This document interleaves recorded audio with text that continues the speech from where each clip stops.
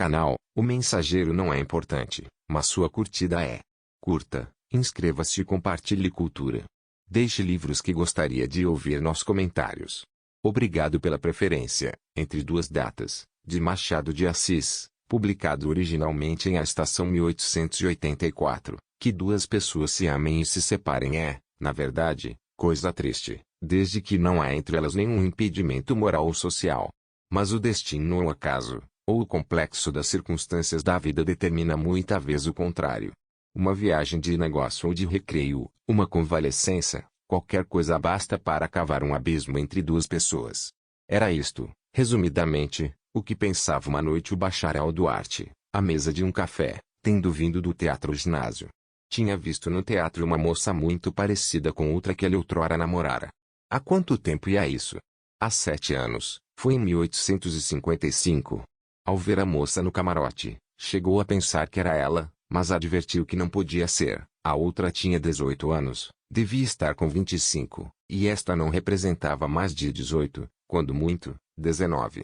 Não era ela, mas tão parecida, que trouxe à memória do bacharel todo o passado, com as suas reminiscências vivas no espírito, e Deus sabe se no coração. Enquanto lhe preparavam o chá, Duarte divertiu-se em recompor a vida, se acaso tivesse casado com a primeira namorada, a primeira. Tinha então 23 anos. Vira na casa de um amigo, no Engenho Velho, e ficaram gostando um do outro. Ela era meiga e acanhada, linda a mais não ser, às vezes com ares de criança, que lhe davam ainda maior relevo. Era filha de um coronel. Nada impedia que os dois se casassem, uma vez que se amavam e se mereciam. Mas aqui entrou justamente o destino ou o acaso, o que ele chamava há pouco, definição realmente comprida e enfadonha. O coronel teve ordem de seguir para o sul, ia demorar-se 2 a 3 anos. Ainda assim podia a filha casar com o bacharel, mas não era este o sonho do pai da moça, que percebera o namoro e estimava poder matá-lo. O sonho do coronel era um general, em falta dele, um comendador rico. Pode ser que o bacharel viesse a ser um dia rico, comendador e até general, como no tempo da Guerra do Paraguai. Pode ser, mas não era nada, por ora, e o pai de Malvina não queria arriscar todo o dinheiro que tinha nesse bilhete que podia sair-lhe branco. Duarte não a deixou ir sem tentar alguma coisa. Meteu empenhos. Uma prima dele, casada com um militar, pediu ao marido que interviesse, e este fez tudo o que podia para ver se o coronel consentia no casamento da filha. Não alcançou nada.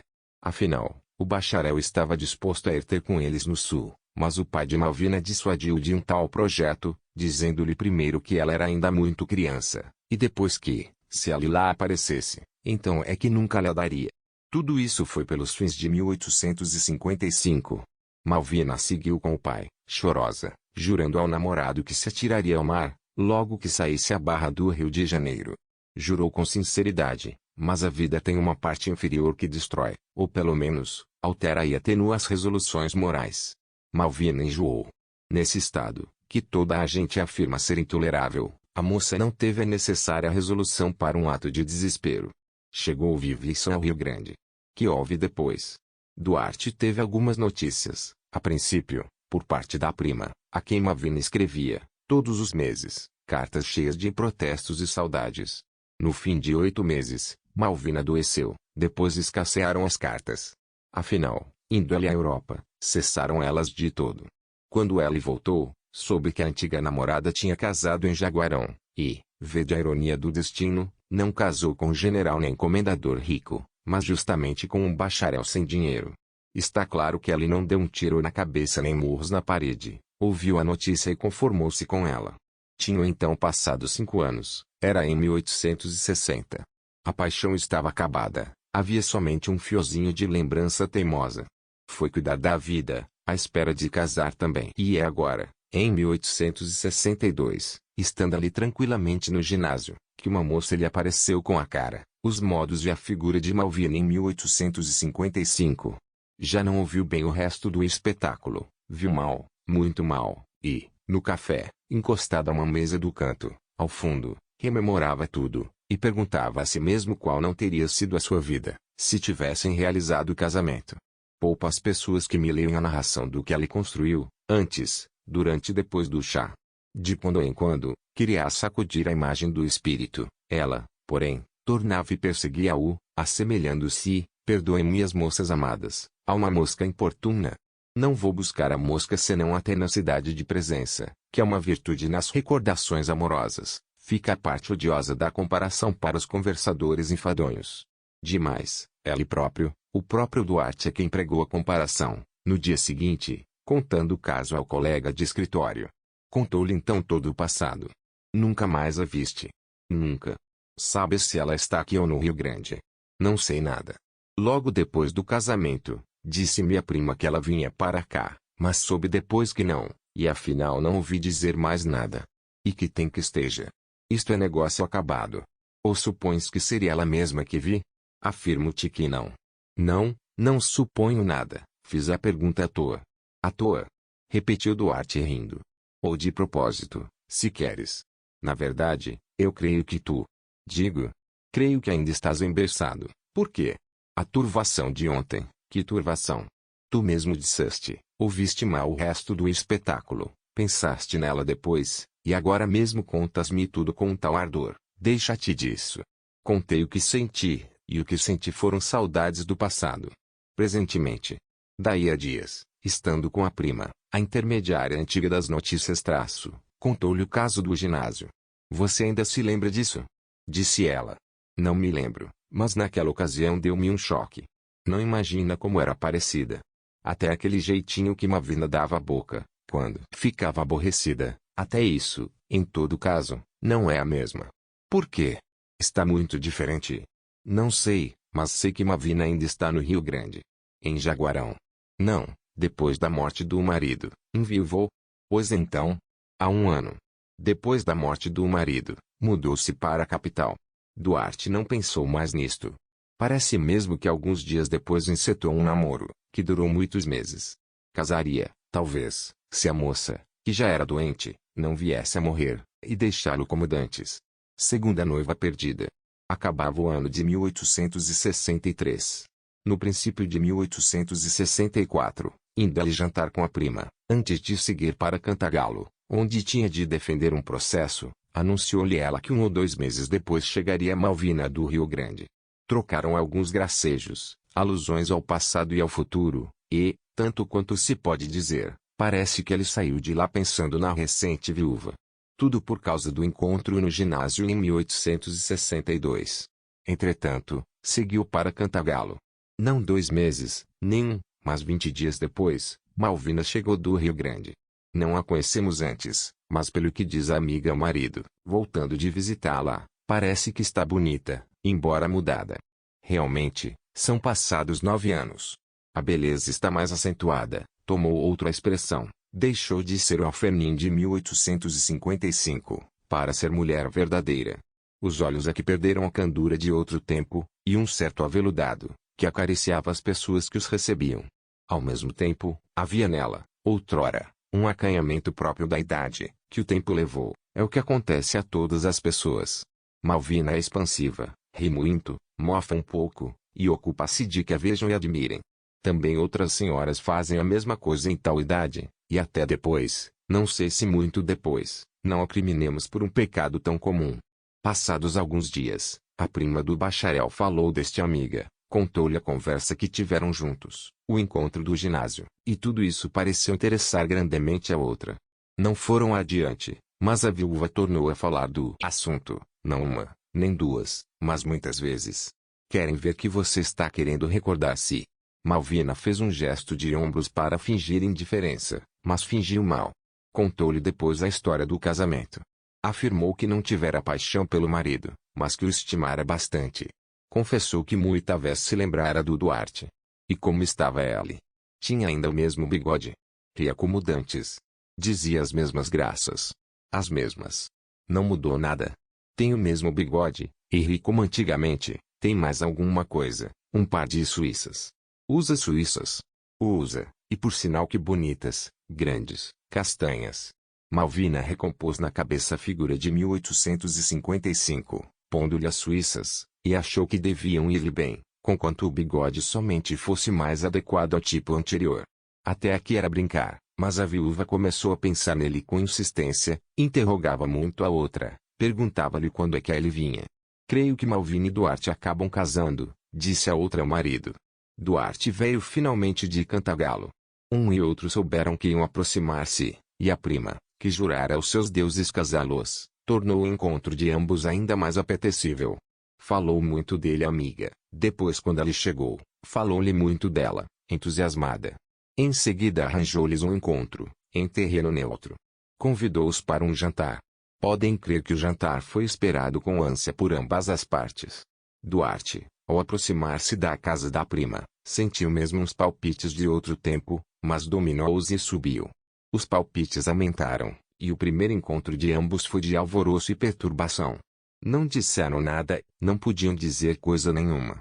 Parece até que o bacharel tinha planeado um certo ar de desgosto e repreensão. Realmente, nenhum deles fora fiel ao outro, mas as aparências eram a favor dele, que não casara, e contra ela, que casara enterrar o marido. Daí a frieza calculada da parte do bacharel, uma impassibilidade de fingido desdém. Malvina não afetara nem podia afetar a mesma atitude, mas estava naturalmente acanhada, ou digamos a palavra toda, que é mais curta, vexada. Vexada é o que era. A amiga dos dois tomou a se desacanhá-los, reuni-los, preencher o enorme claro que havia entre as duas datas, e, com o marido, tratou de fazer um jantar alegre. Não foi tão alegre como devia ser. Ambos espiavam-se, observavam-se, tratavam de reconhecer o passado, de compará-lo ao presente, de ajuntar a realidade às reminiscências. Eis algumas palavras trocadas à mesa entre eles. O Rio Grande é bonito. Muito, gosto muito de Porto Alegre. Parece que há muito frio. Muito. E depois, ela, tem tido bons cantores por cá? Temos tido. Há muito tempo não ouço uma ópera. Óperas, frio, ruas, coisas de nada, indiferentes, isso mesmo a largos intervalos.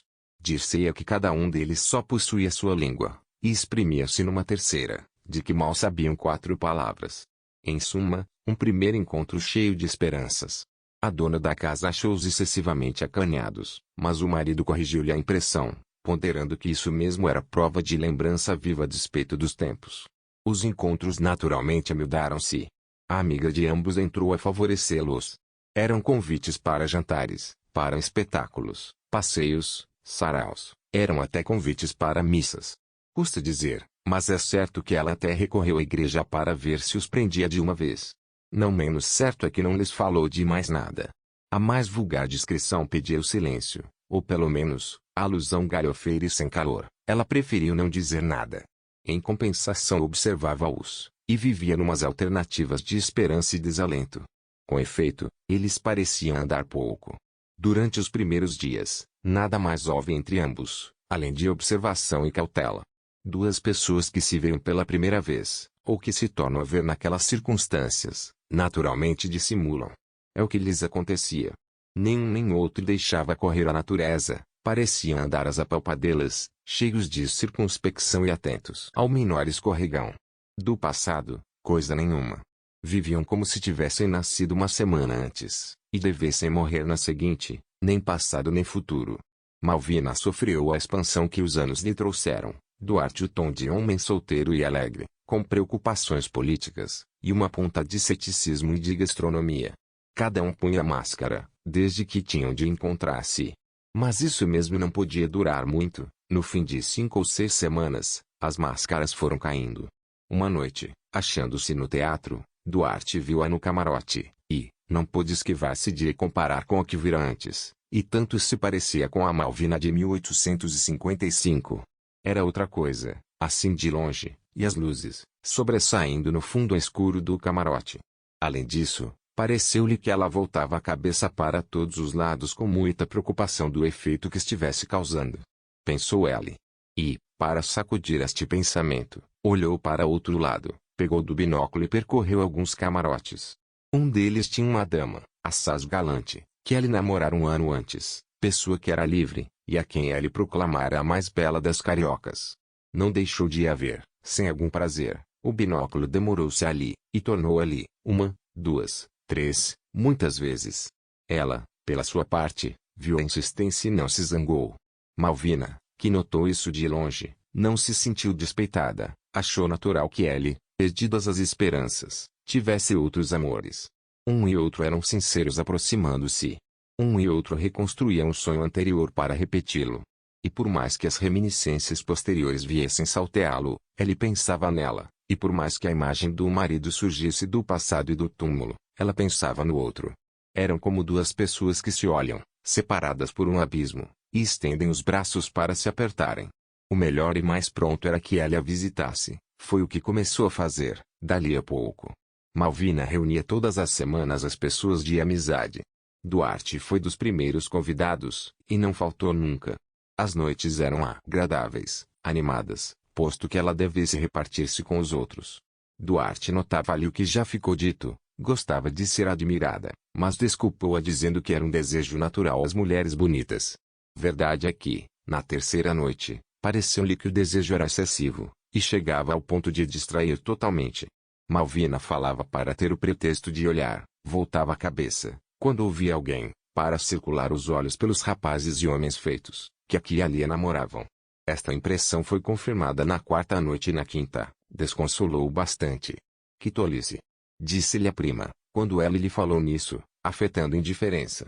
Malvina olha para mostrar que não desdenha aos seus convidados. Vejo que fiz mal em falar a você, redarguiu ele rindo. Por quê? Todos os diabos, naturalmente, defendem-se, continuou Duarte. Todas vocês gostam de ser olhadas, e, quando não gostam, defendem-se sempre. Então, se é um querer geral, não há onde escolher, e nesse caso. Duarte achou a resposta feliz, e falou de outra coisa. Mas, na outra noite, não achou somente que a viúva tinha esse vício em grande escala, achou mais. A alegria e expansão das maneiras trazia uma gota amarga de maledicência. Malvina mordia, pelo gosto de morder, sem ódio nem interesse. Começando a frequentá-la, nos outros dias, achou-lhe um riso mal composto, e, principalmente, uma grande dose de ceticismo. A zombaria nos lábios dela orçava pela troca elegante. Nem parece a mesma, disse ele consigo. Outra coisa que ele lhe notou, e não lhe notaria se não fossem as descobertas anteriores, foi o tom cansado dos olhos, o que acentuava mais o tom velhaco do olhar. Não a queria inocente, como em 1855, mas parecia-lhe que era mais que sabida, e essa nova descoberta trouxe ao espírito dele uma afeição de aventura, não de obra conjugal. Daí em diante, tudo era achar defeitos, tudo era reparo, lacuna, excesso, mudança. E, contudo, é certo que ela trabalhava em reatar sinceramente o vínculo partido. Tinha confiado à amiga, perguntando-lhe esta por que não casava outra vez. Para mim há muitos noivos possíveis, respondeu Malvina, mas só chegarei a aceitar um. É meu conhecido? Perguntou a outra sorrindo. Malvina levantou os ombros, como dizendo que não sabia, mas os olhos não acompanhavam os ombros, e a outra leu neles o que já desconfiava. Seja quem for, disse-lhe, o que é que lhe impede de casar? Nada. Então.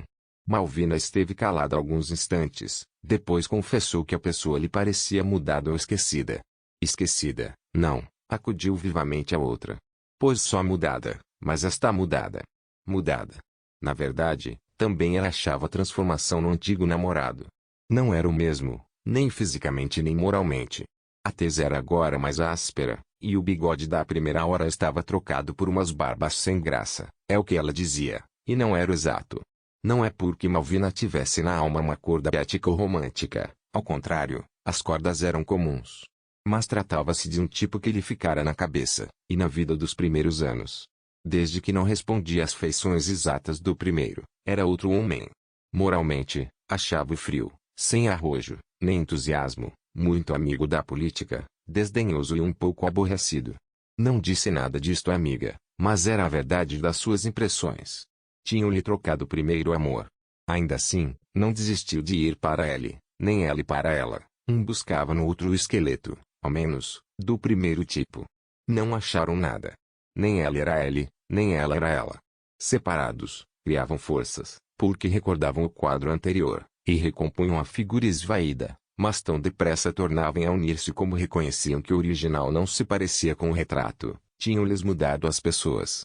E assim foram passando as semanas e os meses. A mesma frieza do desencanto tendia a acentuar as lacunas que um apontava ao outro, e pouco a pouco, cheios de melhor vontade, foram se separando. Não durou este segundo namoro, ou como o melhor nome tenha, mais de 10 meses. No fim deles, estavam ambos despersuadidos de reatar o que fora roto. Não se refazem os homens, e, nesta palavra, estão compreendidas as mulheres, nem eles nem elas se devolvem ao que foram. Dir-se-á que a terra volta a ser o que era, quando torna a estação melhor, a terra, sim, mas as plantas, não. Cada uma delas é um Duarte ou uma Malvina. Ao cabo daquele tempo esfriaram, 6 ou 8 meses depois, casaram-se, ela, com um homem que não era mais bonito, nem mais entusiasta, que o Duarte, ela e com outra viúva, que tinha os mesmos característicos da primeira. Parece que não ganharam nada, mas ganharam não casar uma desilusão com outra, eis tudo, e não é pouco, fim.